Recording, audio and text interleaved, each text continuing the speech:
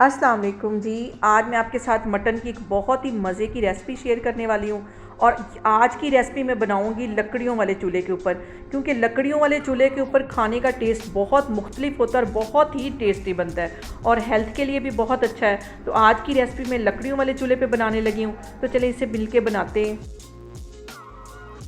सबसे पहले मैं इसके अंदर डाल दूँगी तकरीबन 1.5 गिलास के जितना पानी, और इसके साथ ही मैं प्याज डाल दूंगी। एक बड़े साइज़ का मैंने प्याज काट लिया था, वो चला जाएगा। और 2 टमाटर डाल दूंगी, ये थोड़े से छोटे साइज़ के थे, ये दोनों इसमें डाल दूंगी।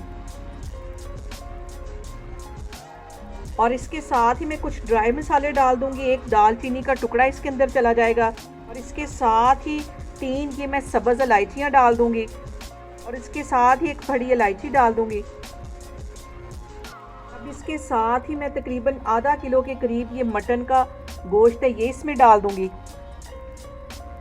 और इसको अच्छी तरह एक दफ़ा मिक्स कर लेना है। और इसके साथ ही 1 टीस्पून के करीब इसमें मैं नमक का डाल दूंगी, और आधा टीस्पून इसमें मैं हल्दी का डाल दूंगी। इन सारी चीज़ों को एक दफ़ा मिक्स करके और कवर करके इसको तकरीबन 15 मिनट के लिए मैं इसी आग पे छोड़ने लगी।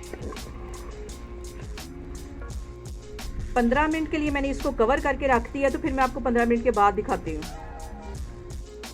यहाँ पे देखें जी, मटन को पकते हुए तकरीबन 15 मिनट हो गए। अब इसको मैं चेक करती हूँ, बहुत ही गर्म है इस टाइम पे ये। यहाँ पे देखें जी, कैमरा में आपको नज़दीक करके दिखाती हूँ, पानी काफ़ी हद तक ड्राई हो गया है। और यहाँ पे मैं आधा टीस्पून के करीब रेड वाली मिर्च डाल दूँगी, और इसके साथ ही आधा टीस्पून में कश्मीरी रेड मिर्च डाल दूँगी। इससे फ्लेवर और कलर दोनों ही बहुत खूबसूरत आते हैं। इन सारी ही चीज़ों को मैं अच्छी तरह मिक्स कर लूँगी, और पानी के ड्राई होने का वेट करूँगी। पानी ड्राई होगा तो फिर बाकी की चीज़ें इसमें मैं डालती हूँ। यहाँ पे देखें जी, मटन में काफ़ी हद तक पानी ड्राई हो गया है, और आधी प्याली के जितना इसके अंदर मैं कुकिंग ऑयल डाल दूँगी। बहुत ही टेस्टी, बहुत ही मज़े का ये सालन बनेगा।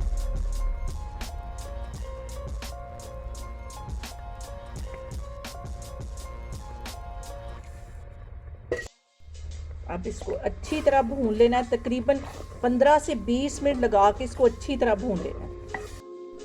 और यहाँ पे मटन को तकरीबन 15 मिनट के लिए मैंने अच्छी तरह भून लेना, ताकि इसके ऊपर अच्छी तरह ऑयल भी आ जाए और जो मटन की हीक है वो भी ख़त्म हो जाए। और सबसे जो अहम बात वो ये कि आपने मेरी रेसिपीज़ बनाते वक्त घबराना नहीं है, बिना स्किप किए हुए आप मेरी वीडियोस देखें। इंशाल्लाह ताला आपकी चीज़ें भी ऐसी बनेंगी। और अगर अभी तक आपने मेरे चैनल को सब्सक्राइब नहीं किया तो प्लीज़ उसको सब्सक्राइब करें। यहाँ पे देखें जी, मटन को भूनते हुए मुझे तकरीबन 10 मिनट हो गए। अब इस पॉइंट पे आके मैं 1 टीस्पून के करीब इसमें गरम मसाला डाल दूँगी।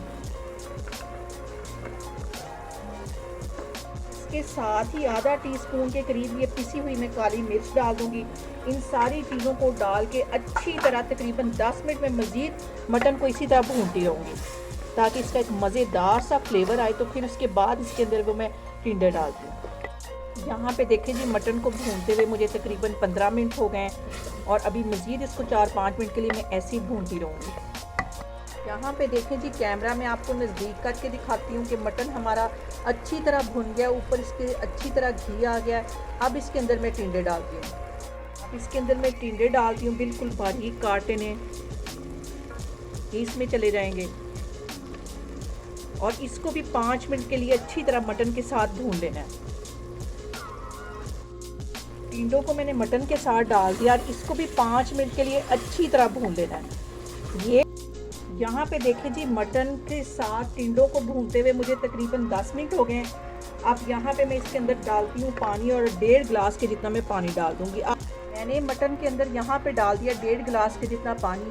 आपको जितनी ग्रेवी पसंद हो आप उतनी रख लें, और इसको यहाँ पे मैं कवर करके तकरीबन 10 मिनट के लिए हल्की आग पे छोड़ दूँगी। 10 मिनट के बाद फिर मैं आपको दिखाती हूँ।